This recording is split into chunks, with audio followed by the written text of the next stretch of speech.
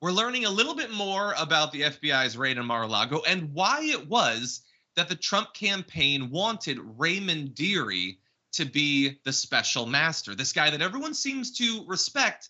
Why would they want him? Well, we've got an idea now.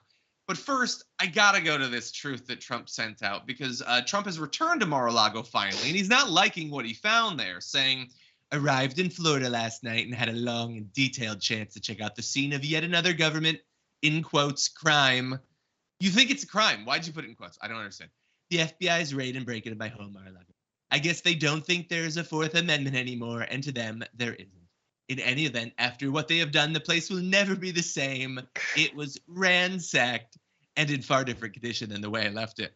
This is like how you explain away when like you left the place a mess before you went on vacation. You just hope that someone breaks in, then you just say that's it. "Many agents, and they didn't even take off their shoes in my bedroom. Nice." Just like me when I am doing it. Not a shoe off guy. Pants off, keds on. Pants around ankle. I'm sorry. So anyway, well, so like maybe this is where I'm exposing myself. Does everyone else always have their shoes off in their bedroom? Like, why can't you have your shoes on? You're walking around your house. The bedroom's part of the house. You can have your shoes on. Why would that be so weird? There's, it depends on who you ask. Being Chinese, the idea is shoes always off, but slippers on, never barefoot, which is sort of like seen as kind of like, white chick behavior. You know what I mean? That being said, I am half white. So like, I'm kind of like shoes off. And sometimes I walk around with my feet skis. No, even no socks, because socks are too slippery. And, then you look at the bottom of your and you look at the bottom of your feet and you're like, by the way, mop. That's true. I am looking at the comments and I like to think that I have an idea of what our audience is like. This is among the most shoes off in the house group of people I've ever seen in my life. Jeez. Okay, well, I'm wearing my shoes right now and I'm in my house, so I'm a little bit worried. Don't leave. Keep watching. But anyway, so yeah, they wrecked the place. Like they went through your desk. Yes, that's probably annoying. I would love it if they would clean up after doing these sorts of things, and not just for billionaires. How about for regular people too? How about advocating for that? But anyway, much more importantly, what about Raymond Dearie? Why did they choose him? And bearing in mind that the DOJ agreed to it. They were like, the Trump choice is our choice. That's been fascinating. Here is maybe why. Lawyers and advisors to Trump believe Dearie's role in the secretive court that approved controversial warrants used to surveil former Trump campaign aide Carter Page back in 2016-2017 made Dearie a deep skeptic of the FBI. Now, bearing in mind, Dearie can't be reached for comment. He has not made any public comments to suggest that the Trump's team's thinking is more than a hope or a theory, and he will be reviewing the documents themselves for privilege, not reviewing representations about the documents by the FBI.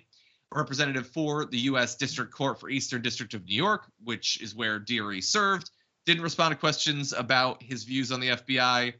A spokesperson for Trump did not respond to requests for comment, but they seem to think that maybe there's a chance that this guy, who must have been in his late 50s at least, if not 60s, when he approved these things, had his view of the FBI fundamentally changed as a result of the experience, and that might give them the edge.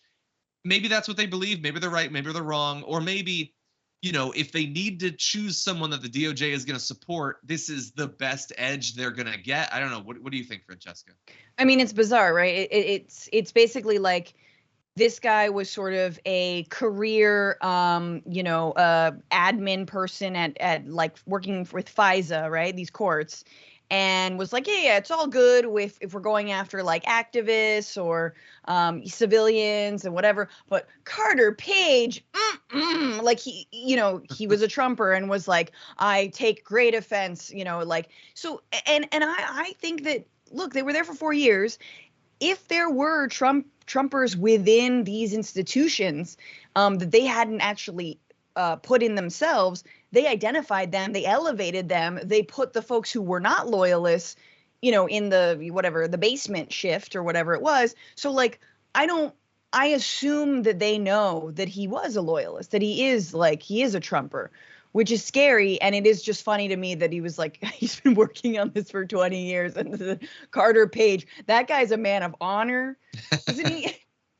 I feel like he was, I mean, like, I'm a comic, but wasn't he like a former comic, like a traveler, or was that the other dude? There's so many random characters. We need like a Guess Who game. Yeah. By the way, appreciate the weirdos that you have in politics, because you never know when they might move on and they're not a part of the cast anymore. Carter Page. Anyway, we'll see. I mean, maybe that's look, if 2 months from now, 3 months from now, we get the results of Raymond Dearie's analysis of the over 11,000 documents, and if his conclusions are as deranged as the judges have been so far, this might be an early pre-answer to the question of why. Mm-hmm. By that point, we might have forgotten about this. So somebody out there, you remember to remind us when that happens, because it'll help us explain it.